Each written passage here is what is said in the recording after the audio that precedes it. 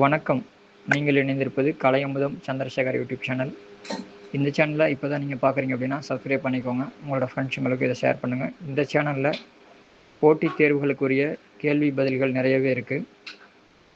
TRP, TNPSC, இன்னும் பிற போட்டித் தேர்வுகளுக்குரிய கேள்வி பதில் நிறைய இருக்குது. அதில் நம்ம இன்றைக்கி திசைகள் பற்றியும் அந்த திசையிலிருந்து வீசக்கூடிய காற்றுகள் பற்றியும் பார்ப்போம். நிறைய கொஷின் பேப்பரில் இந்த கேள்விக்கு பதில் இருக்குது. ஃபஸ்ட்டு, கிழக்கிருந்து வீசக்கூடிய காற்றுக்கு என்ன பெயர்? கொண்டல் காற்று. இந்த காற்று மழையை அதிகம் கொண்டு வரும். மேற்கிருந்து வீசக்கூடிய காற்றுக்கு என்ன பெயர்? கோடை காற்று.